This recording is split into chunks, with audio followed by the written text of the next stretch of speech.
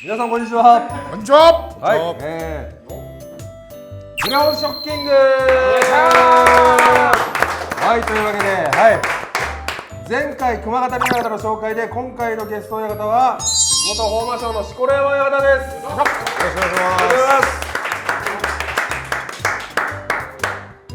錣山親方好きだぞという視聴者の皆さん、ぜひチャンネル登録と高評価よろしくお願いします。はい、豊真将則之、1981年4月16日生まれ、山口県下関市旧豊浦町ですかね。はい、出身錣山部屋に所属です。本名は山本陽介。現役時代の体格は186センチ、151キロ。得意は右四つより左前三つということですね。しこ名の由来の豊真将の方は合併のため消滅した豊浦町から豊かを取ったと。はい、はい、豊真将の、本人の心、将は大将の将、はい、ということで、はい、よりは物事の始めを意味する出身校の監督の一文字をいただいたと。キーは父から一字をもらったもので、親御さんへのお礼に従うという意味が込められているということになってますが、はい、そうで一文字ずつ意味があるんですよ。そうですね。なんか豊真将っていうのを決めるときに、うちの師匠が何個か持ってきた中で、一番いいなっていうのをお互い指さそうってなったときに、せーので指さしたときに豊真将、2人とも豊真将。そうですね。なかなか読みづらい。なかなかですね。最初は2人で被ったんですね。ピッて被ったんですね。よく言えばこれが一番マシだったっていう言い方変えると、はい、いや一番良かったってことですね。一番良かったという。なるほどなるほど。で最高位は東小結でございますね。十両優勝1回、三段目優勝1回、関東賞5回、技能賞2回ということで、趣味は読書と他に何かございますか？そうですね。最近は YouTube よく見てますね。どんなチャンネルを見るんですか？それはもちろん親方チャンネルです。いや見てます。本当にありがてえ。これも予習してきました。予習で、一回見てありがとうございます。はい、親方チャンネル以外はどんな見るんですか？格闘技とかのそういうまとめじゃないですかね。UFC の何か強い選手の経歴とかボクシング、ああいうの好きですね。面白いですね、格闘技ね。そうですね。面白いです。幼少期はどんな青年だったんですか？青年少年やった子供の頃からでかかったんですよ。ひょろっとしてて背が高かったって感じですね。小学校に土俵があったんで、で相撲クラブもあったんで、背が高いんでちょっと相撲やってみないかっていう、遊びの延長線上で相撲やってたよね。でもそれ小学校から？そうですね。他にも何かやってたんですか？ソフトボールやってましたね。ソフトボール、まさかの。全然イメージなかった。ソフトボール全然なかった。でもそんなに上手くなかったですね。でもそこからじゃあ中学校ね。僕が入学した時ぐらいにできたんですよね。なんで、本当はやめようと思ってバスケとかやりたいなとか思ってたんですけど、なあなあでちょっと相撲やりましたね。なあなあでやってね、そこまでいくから。なあなあでやりながらも相撲界に入るきっかけになったことということですね。埼玉栄高校に行ったんですけども、で日大に行きまして、でも半年で僕相撲部を辞めちゃって、そこからアルバイトで鳶の生活とかして、すごっ。飛びしてた。異色ですね。まさかの。あんまり足場の中とかそういう上とかには行かなかったんですけど、どっちかというと下から荷物を上げるような、そういうあれでしたけども、当時23歳になったら相撲界に入れないっていう規定があったんですけど、ちょうど22歳ともうあと半年でも入門できなくなるぐらいの時に、ちょうどうちの鳶やってた会社にうちの師匠が来まして、うちの部屋の土俵を作ってくれってその鳶の会社に言ってですね、そしたら社長が今度寺尾が部屋を起こすらしいぞっていうふうに言って、でお前相撲昔やってたんだからちょっと寺尾のところでやってみろよっていうふうに言われて、でああそうだなって、もう、まあ、相撲からやめたけど、まあ、もう一回やってみたいなっていうそういう気持ちに、まあ、離れてみてなんかそういうふうな気持ちになってよしちょっとやってみようかなっていうふうに思ってっていうのがきっかけですね。本当縁ですね、本当にね。そうですね。偶然というか。その時何キロぐらいだったんですか？その時が90キロちょっとぐらいだったですね。やっぱり130キロぐらいあったのが、まあ、95キロぐらいまでちょっともう落ちて、そこからまあ半年あるんでちょっと飯食えって言われて、なんか入った時は多分115キロとかそんなだいぶ戻ってる。そうなんだ。錣山親方、先代の錣山親方、寺尾関ですね、にスカウトされたということなんで、ちょっと先代の取り組み映像をちょっとお願いします。お願いします。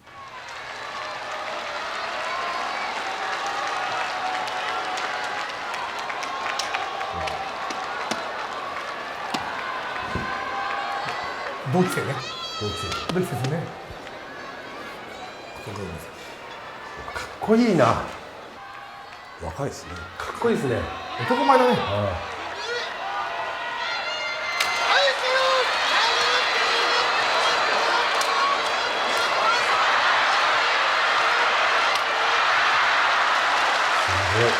の体でこの相撲取ったら人気出るわね。出るわ。回転いいですね、やっぱりね。背筋もすごいな、これ背中。体全体で打ってる。全体ですね、本当に。筋肉すごいな、本当。もちろんあれですよね、スカウトされた時は、はい。寺尾関は知ってましたよね。あ、もちろん、はい。あ、じゃあ引退してすぐぐらい。そうですね、投げ切った年だったんじゃないかな。まだ体も本当にバキバキだった。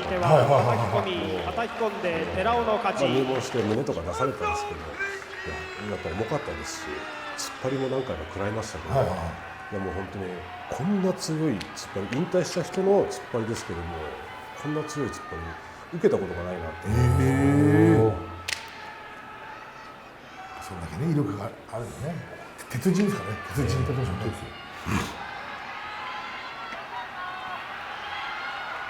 この取り組みも有名ですよね。やっぱかっこいいっすね。かっこいいですね。体つきたい。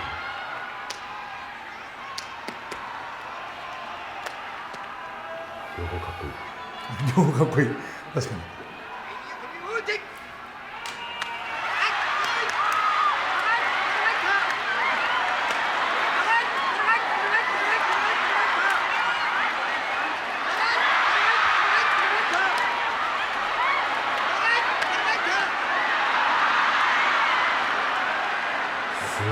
すごい腕。なんすかの肩。そ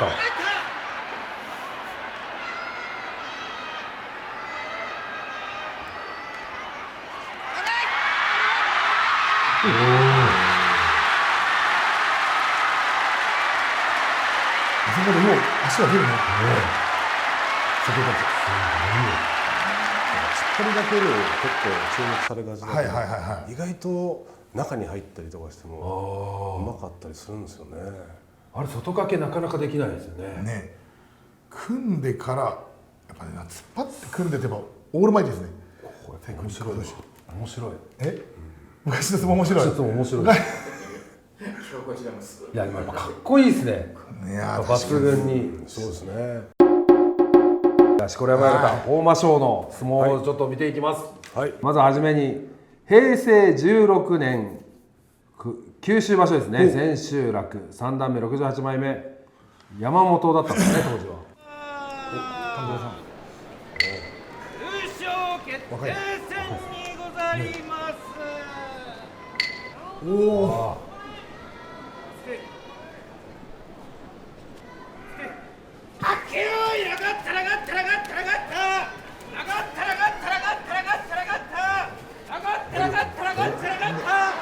おお、了解。パワフルですね。そうですね。なかなか取れないんですけど。やっぱ相馬賞といえばこう頭投げないね。そうなんです。下からの相撲が。頭上げないようにして釣り出して山本そうのですね、やっぱり低い相手でもその頭つけるのが、その子供の時から、そういう相撲を取りなさいって教えられてたんで、もうそういう相撲しか取れなかったですね。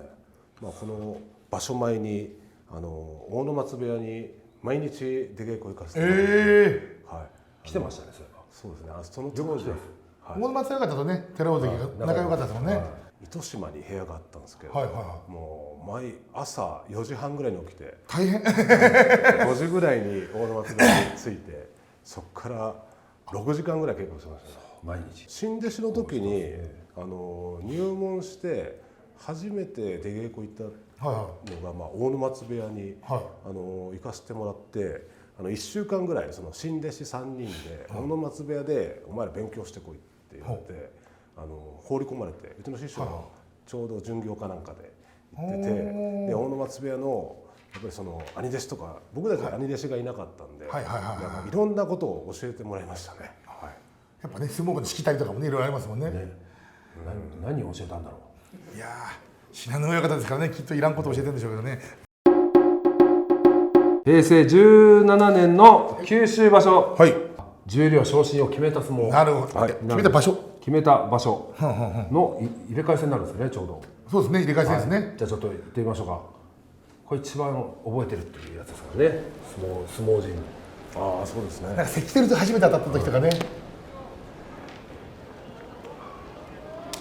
まだ若いね、やっぱね。そうですね。ただ、岩塚さんで。はっきりよいなかったらかったらかったらかったらかったらかったらかったらかったら勝負。かまし強いんだけどね、岩塚さんもね。突き落ちですよ。どうですか、今振り返ってその時は。そうですね。やっぱり勝ち越したいっていう気持ちがあったので、あんまり関取昇進っていうのはあんまり考えてなくて、はいはいはいはい。多分これで勝ち越しが決まったんじゃないかなっていうふうに思います。で、4連勝。じゃったんじゃないですかね。まだこの頃の勝ちなので、ちょっと。そうですね。まだあんまりこれからなんか大山親方に教えてもらったような気がします。平成18年の初場所、新十両ですね、東十両12枚目の時の対戦相手ですね。対戦相手、西十両6枚目の武勇山、山脇親方。山脇親方でございます。新十両として10勝5敗だった場所の取り組みになっております。はっきりよいなかったらかったらかったらかったらかったらかったらかったらかったらかったらかったらかったらかったなかったらかったらかったらかった勝負。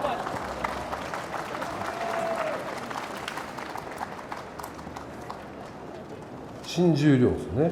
新十両で10番って立派ですね。ね。平成18年の春場所、千秋楽です。東十両12枚目、北斗岩、なんか懐かしいですね。懐かしいですね。 12勝3敗で新入幕を決めた場所の取り組み、初土俵から2年で新入幕、20代錣山親方が育てた最初の幕内力士となるということですね。はい、じゃあちょっと見てみましょう。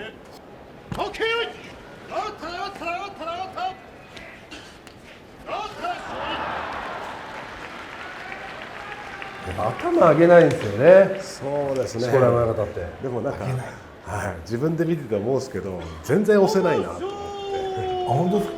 当たるやっぱり力があんまなかったんで、この前傾は崩さないっていう意識はあったんですけど、本当だったら当たって前に出たいんですけど、やっぱり前出れなくて、やっぱりこの下がるんですけど前傾姿勢を崩さない、そこから俵まで押されてから勝負だみたいなところがあったんで、俵足かかってから硬いのよね。頭上がんないし。勝ってからみたいなとか。そう。頭上げてくれないから本当に嫌だったですね。本当嫌でした。いや上げちゃったらもう本当もう勝てないんで、もう負けちゃうんで。本当上がんないね。大野松親方合口一緒、悪いでしょ。ケンちゃんですか。ケンちゃん。悪かったです。大道関。強いのよ。そうなんですよね。なんでと思うじゃないですか。なんか胸からこんな言って頭下げないのに。ああいう大きくて胸から来たり引っ張り込むような人に結構勝てないんですよね。親方でいうと、はいはい、まあその大野松親方と天海鵬、あと武州山関とか苦手だったんですよね。なんか背が高いね、ガタイもある。はい。だから逆になんか下から追ってけて、逆にこう十分になりそう。攻めそうな気がするけど。だからずっと謎だったんです。大野松親方、合口の。でもなんかカッパーッと取ってブワーッと投げて。と思って。そうなんですよ。今だから言える苦手なことですよね。当時だから絶対言いたくないけど。言いたくないですね。もう本当に弱みは見せたくないんですけど、やっぱりこういうタイプが苦手だっていうのがやっぱりあったですね。やっぱそうなんだ。今ここで南の名前が出てくると意外でした。後で言っときましょう。後で喜びますね。喜ぶね。これから幕内ですね。幕内ゾーンになります。次は平成18年九州場所ですね。対戦相手が西前頭6枚目のバルトでございます。12勝3敗の優勝時点の成績と相撲内容が評価され、敢闘賞と技能賞を同時に受賞した場所の取り組みになっております。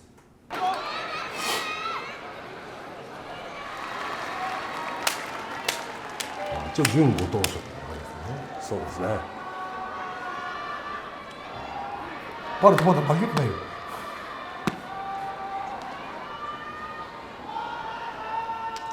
ちょっとでかくなってます。でかくなってるね、やっぱね。お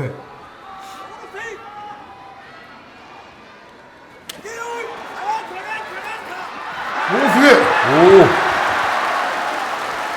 相撲ですね。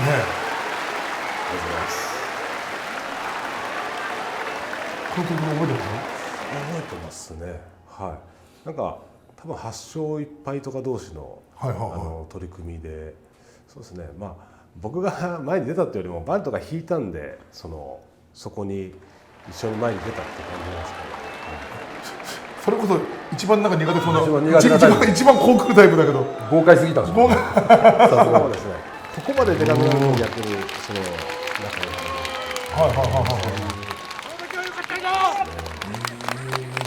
これで敢闘賞と技能賞、ダブル受賞、いいな。ダブルはないわ。ダブルか。いやいや、俺はシングルもねえよ。ないんでしたっけ？ないんでしたっけ？あえて取らなかったって。逆にいい意味でね。ちなみにこのお金の使い道は？やらしい、やらしい。敢闘賞と技能賞もらうじゃないですか。5回ももらってると、やっぱなんかご褒美的なのあるんですか？そうですね。なんか自分で使ったっていうよりも、この後九州場所なんで実家に帰るんで、実家でなんか親にテレビとかなんか冷蔵庫とかなんかそんなの買った。いい話するわ。いい話。好感度上げる。いやだとしても全部は使い切れないですからね。そう。なんか使ってますよ絶対。何に使ったんですか？何に使ったんですかね。やっぱ関取になるとパッと今まで見たことないようなお金来るじゃないですか。だからこの時もそうだったと思うんですけど、お金入ってきて下関に帰って、下関だからフグ、有名なとこなんですけど、正味本物のフグ料理屋さんでフグなんて食べたことないんで、もう親に「いやおごってあげるよ」っつって食べに行ったら30万ぐらいして、めっちゃいいとこや。いやこんな高いのと思ってびっくりしました僕。それちょっと引けないですもんね。引けないですよね。もううわーっと思って、いやこんなにするんだと思って、いやフグ高いなって。でも関取になって地元でやっぱりそういうちゃんとした店で食べてっていうのをもう初めてやっぱできましたね。相撲界夢あるわ。30万のフグ食ったことね。夢あるわ。3勝取ったらいいですよやっぱ。なんでニヤニヤしてんの？なんでニヤニヤ？俺はとりあえず賞金全部長財布に入れてニヤニヤしてました。どこまで行ったっけ？はい。お次はですね、平成19年春場所10日目でございます。対戦相手が東の大関琴欧洲ですね。11勝4敗の好成績で2度目の技能賞を受賞した場所の取り組みでございます。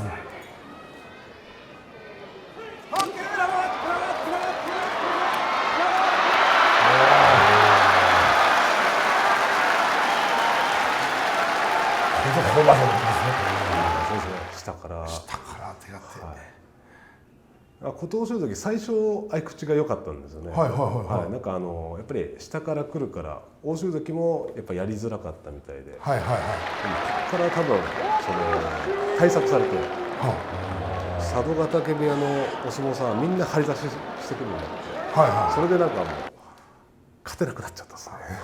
やっぱ顔張るとちょっとね動き一瞬止まったりしますもんね。そうですね張ることによってですね。はい、多分本間賞は張り差しに弱いぞっていうのが佐渡ヶ嶽部屋で共有されたんだと思います。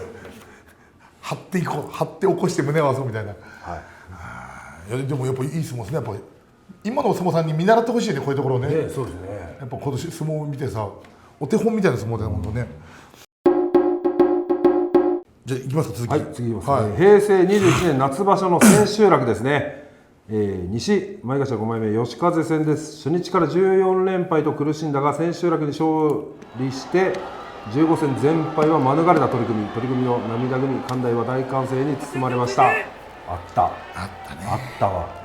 来ましょう。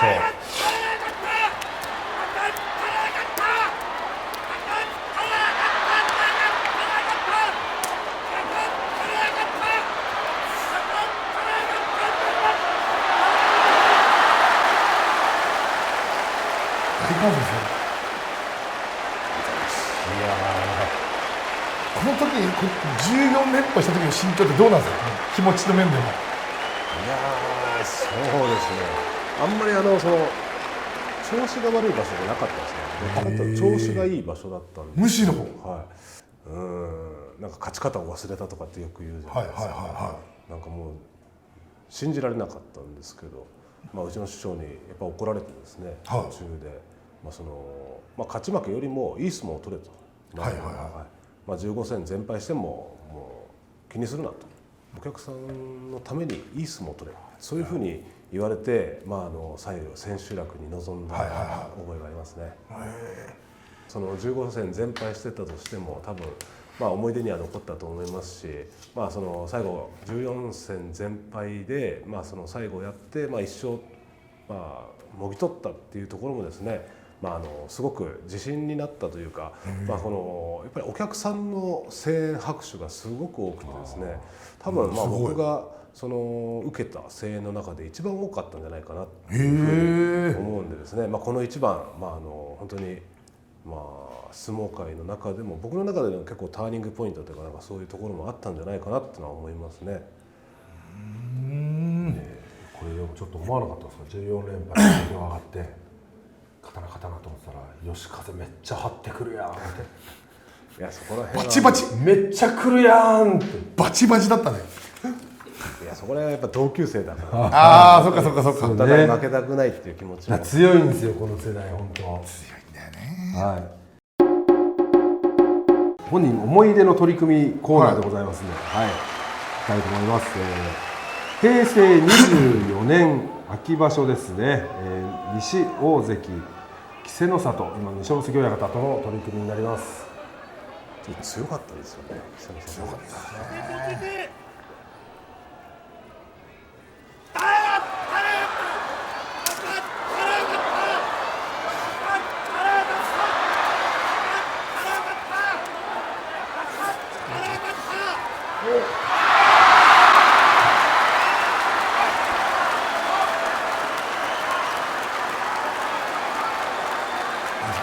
ちなみに思い出の相撲で出てましたけど、なんかこう思い入れがあったんですよ、この取り組みには。そうですね。その内容がどうのかのっていうよりも、なんか稀勢の里関が多分、全勝だったんですかね。この場所は全勝でっていうところで、行って、8連勝してたところ止めたみたいな、なんかそういうところでちょっと。なるほどなるほどなるほど。ちょっと思い出に残ってるなっていうところがありましたね。乗ってる大関に勝つってね、なかなかできることじゃないですからね。確かに。やっぱこうやって見たら頭上げない人は強いですね。強いね。強いですよやっぱ。今も顔張られたけどしっかりこうね、その後も下から手があって。いやでも面白いですね。すみません。今ファン見てるんですよ。すごい面白いわ。もうなんか収録してると思ってないですもんね。見ちゃってますもんね。ただね。じゃあ2つ目いきましょう。次の、思い出日本人セレクトですね。いきます。平成25年名古屋場所千秋楽、相手は西十両の遠藤ですね。じゃあお願いします。これあれだ、もう遠藤人気とギュイーンってきてる時だ。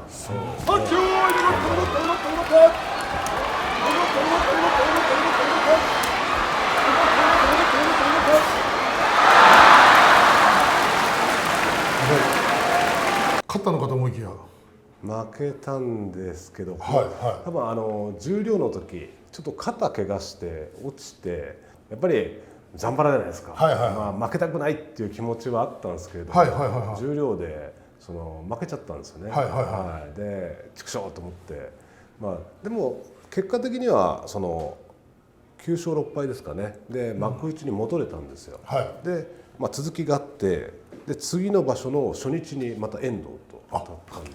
じゃあまずその VTR からいきましょうか。じゃあその次の場所の初日ですね。はいはい。まさかの2話目ですか。 2話目、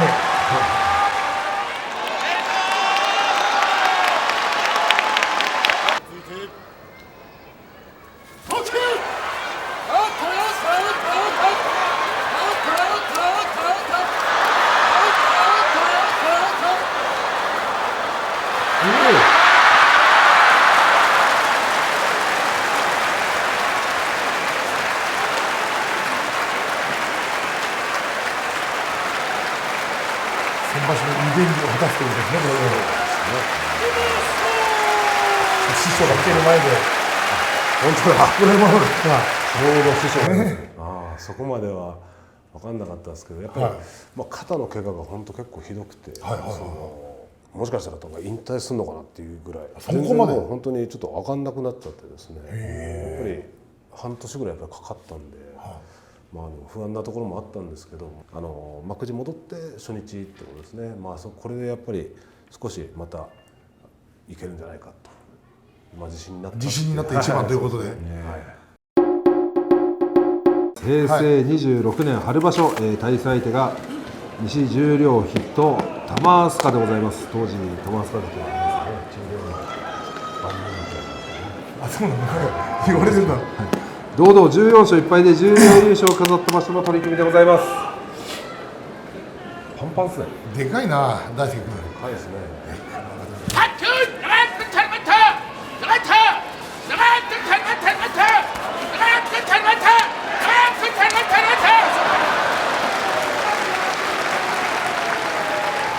まあでも玉飛鳥関も、まあ、北太樹関もそうですけど、やっぱり皆さんやっぱ、まあ、僕も頭上げなかったですけど圧力があったんでやりづらかったですね。飛鳥関とかもまあ、玉さんもこういう相撲ですかね、どっちかというとね、玉飛鳥さんも上がらない系ですよね。頭上がらない系で、まあ、左四つみたいなね。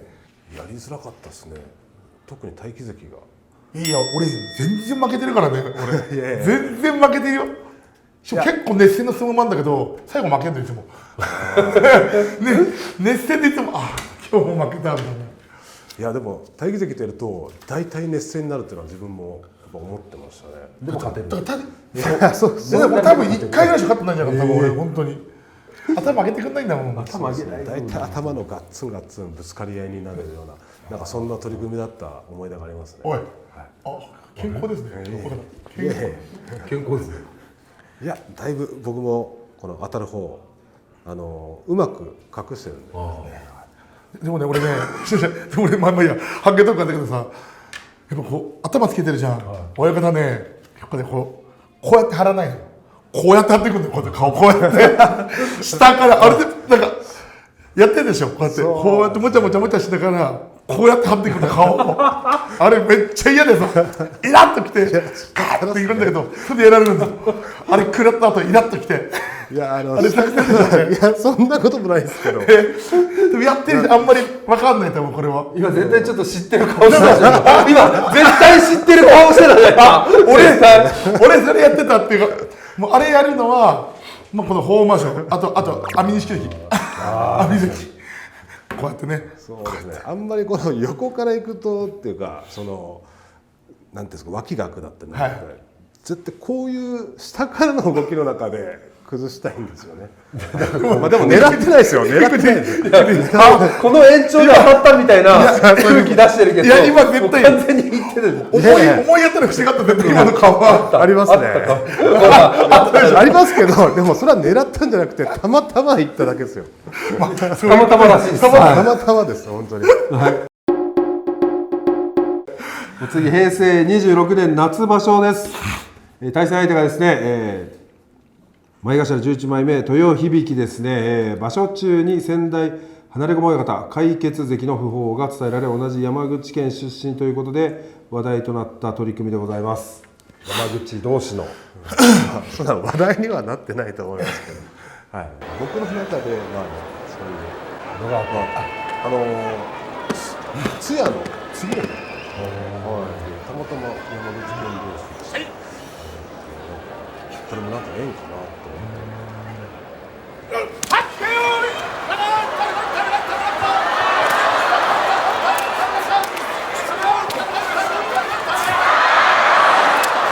決死した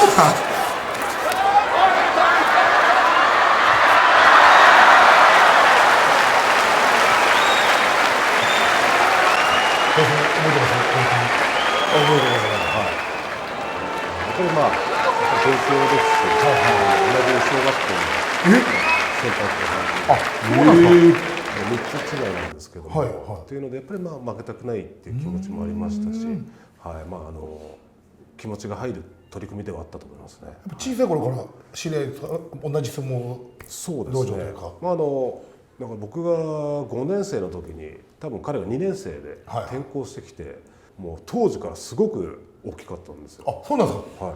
山科の方。もうめちゃくちゃでかくて、もう小学校2年生で多分80キロぐらいあるような、もうこのままですかじゃあ。いやもうこのままですね。本当に相撲にいやあの子は誘わなきゃっていうので、相撲で誘ったんですよ。そしたらまあやるっていうんで、はい。で当時から強かったです。はい。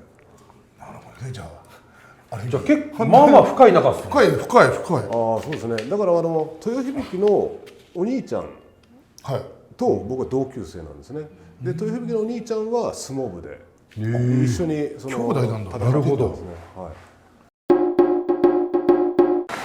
きましょう。はい、次いきますね。平成26年名古屋場所5日目ですね。対戦相手は西横綱日馬富士です。結果的に現役最後の一番となった取り組み、重傷を負いながらも早期復帰を目指したが、都度2度にわたる施術で100針を縫う大手術となり、その後リハビリを重ねたが出場の目を立たず、勝てないと分かって思い出作りのために関取を目指す幕下上位の力士と対戦することは対戦相手に失礼だと思い引退を決意。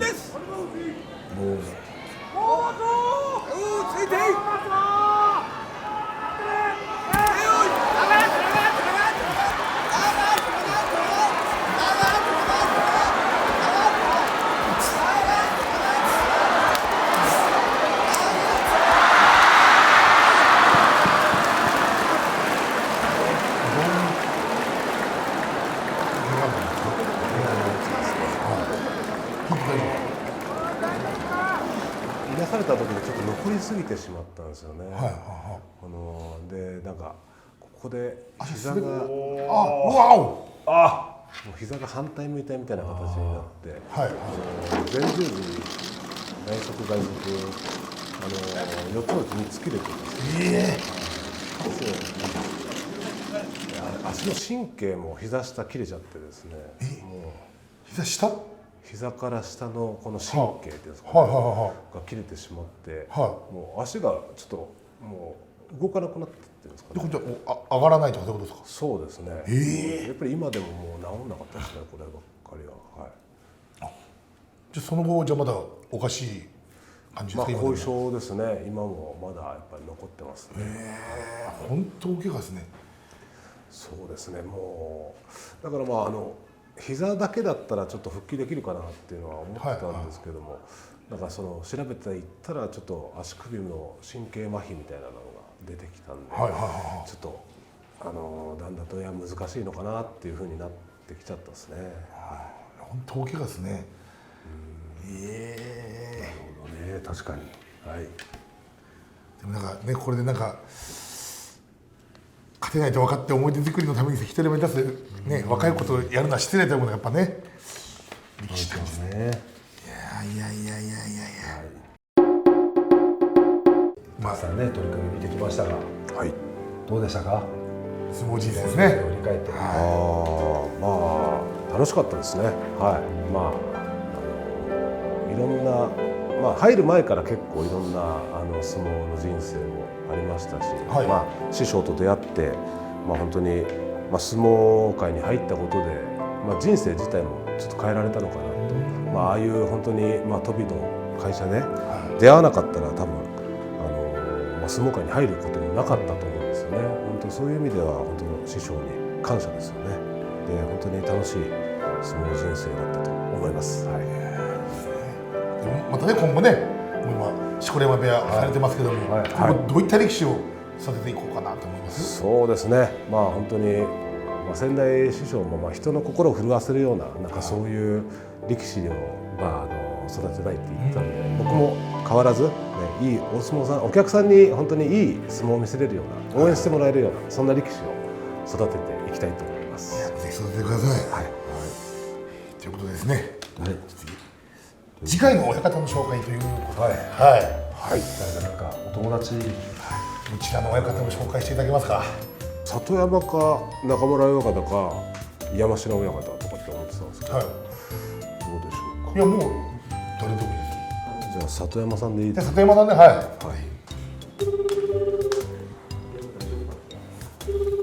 い。今仕事で忙しい。もしもし。もしもし。ちょっとタモリさんに代わります。はい。もしもし。もしもし。タモリです。お疲れ様です。もしもし、タモリです。お疲れ様です。お疲れ様です。